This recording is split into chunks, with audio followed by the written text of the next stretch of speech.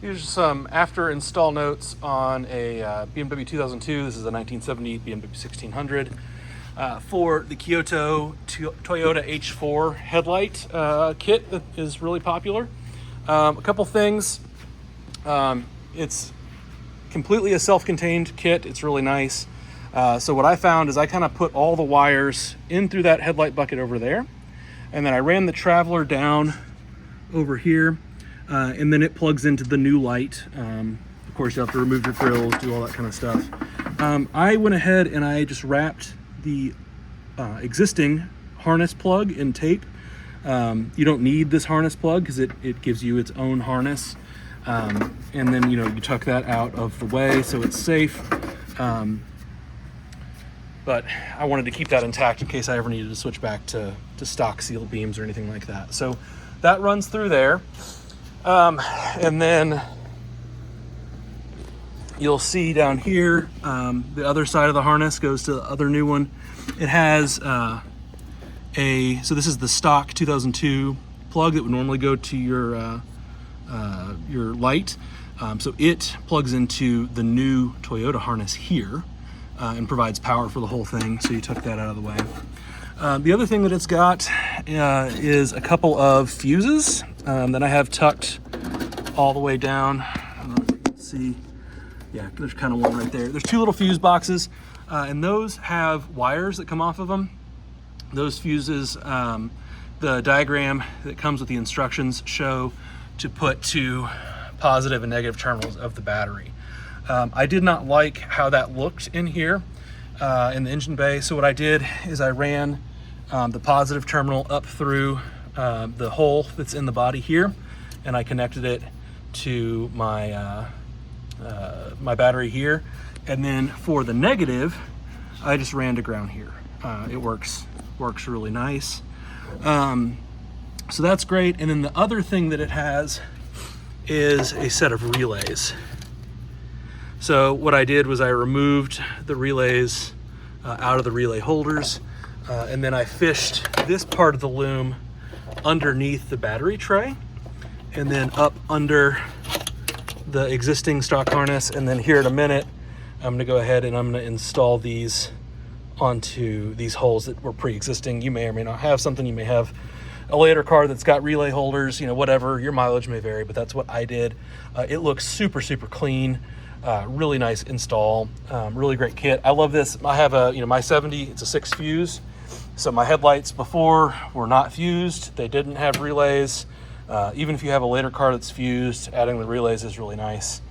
But it was a pretty easy install. You just take your time, go through it. The other thing that's worth noting down here on the headlights is your car hopefully will have the headlight trim ring that fills out the inside of the headlight bucket. On stock sealed beams, there's the bracket that holds it to the car, and then this headlight trim ring sits actually onto that bracket, and then everything slips into it.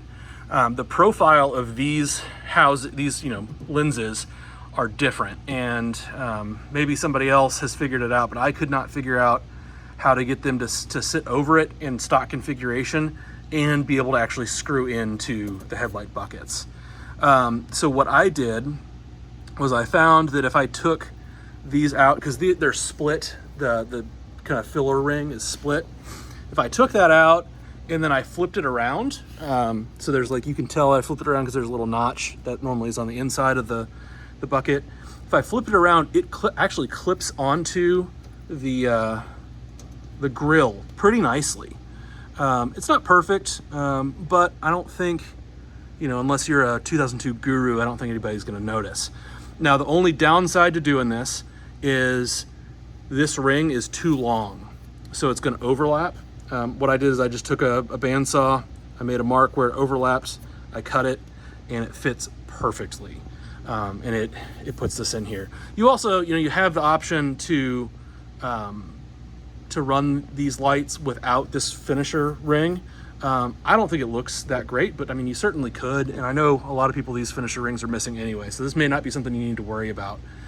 But that is my hack for how to get it to go back on and look finished in the way that it's kind of supposed to. So a little bit kind of funny.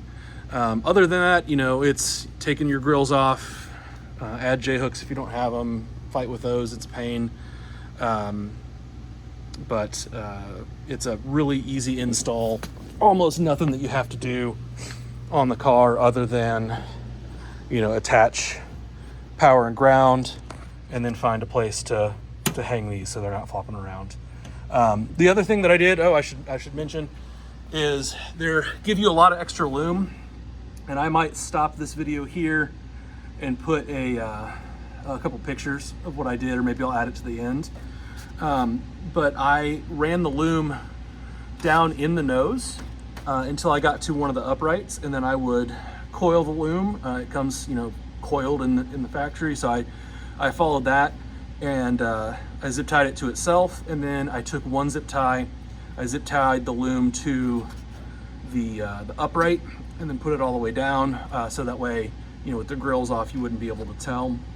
And then I ran a little bit more, and I did the same thing with the remaining harness for the other side, of course leaving plenty of slack if I ever needed to you know, change a bulb or do anything like that. I wouldn't have to go in and do some zip tie surgery.